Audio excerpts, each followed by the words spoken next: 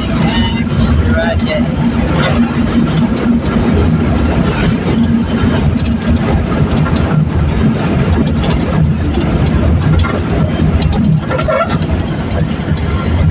Kalawat mo ang jigay kaya ko.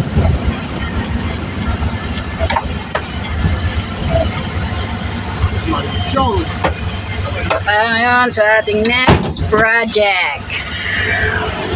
Ayan mga kadisenyo.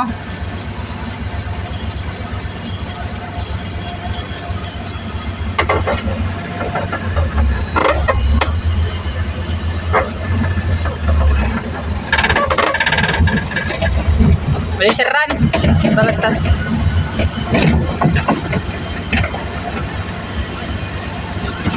May seran ta rumor ka no milam daw aja ko babae ni ma'am. Manchong.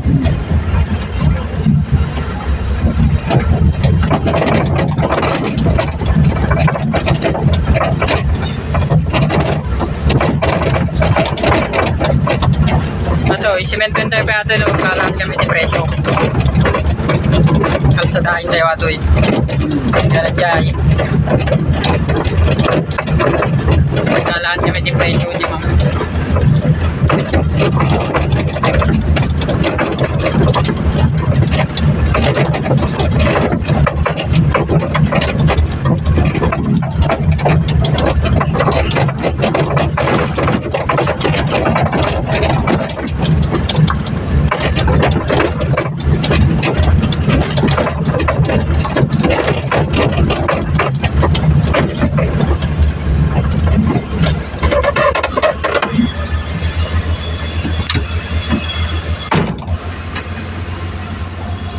So yan mga kadesenyo yung ating ilalandscape.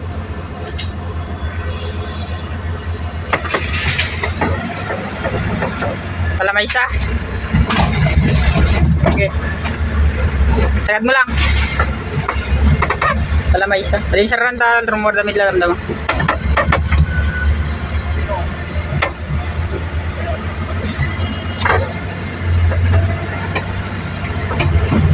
So yan po yung ating ilalandscape mga kadisenyo. Ayan. Kita nyo yan. Doon sa gitna nyan, yan, gagawa tayo yan ng runabout o rotonda. Sa gitna yan, yung dalawang steer na yan, magkakaroon ng runabout dito sa harap. So yun yung magiging project natin o yung unang gagawin natin. So yan yung mga kasama natin.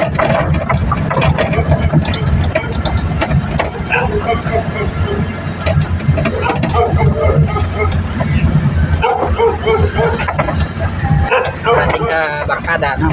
Caretaker dito. Okay, we are. So ayan mga kadesenyo yung ating project, no? So yan yung center ng ating rotonda, yan kita nyo. Ayan, may ginuhitin na ako dyan.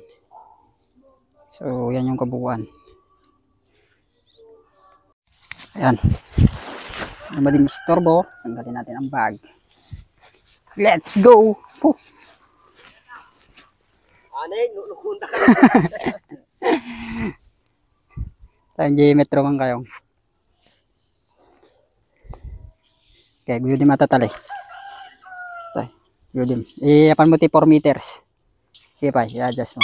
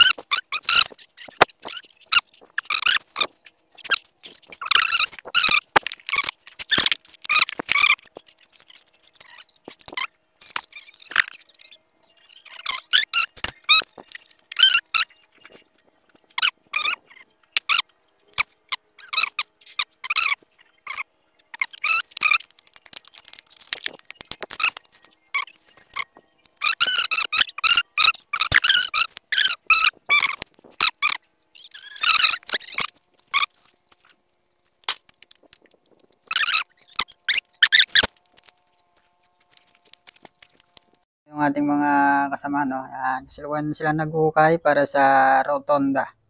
Tayo naman ito. Magluluto tayo ng ating ulam. Ayan.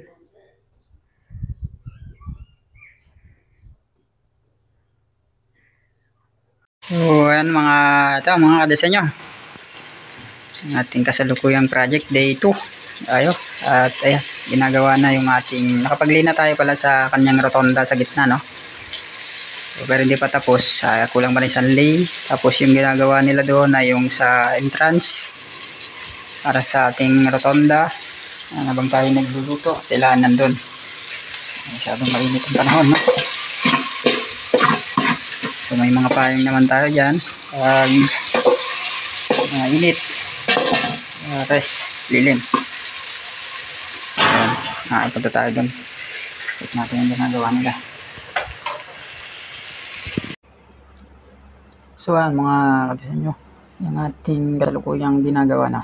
At ito, naglilay na tayo ng mga CHB para sa guide ng ating rotonda. So yung center, and plants lahat ang nakalagay dyan, hindi fountain, no? Kasi ayaw ng mayari ng fountain, no? Mataas daw sa maintenance, lalo sa pagpapalit ng tubig at paglilinis ng mga dumi. So halaman lang yun nandyan, meron ba siyang malaki sa gitna, tapos yung sa paligid. Tapos ito na yung entrance. So ang size pala niyan ay 6 by 10, no? Ang haba 10 meters, tapos yung entrance niya ay 6 meters. Tapos ikot yan sa ginagawa natin dun sa may bilog, paikot yan. Ayan yung ating update, no? Pangalawang araw sa ating project. So ang estimate natin dito ay matatapos natin ng halos isang buwan, no? Or less, kasi yung nasa kontrata.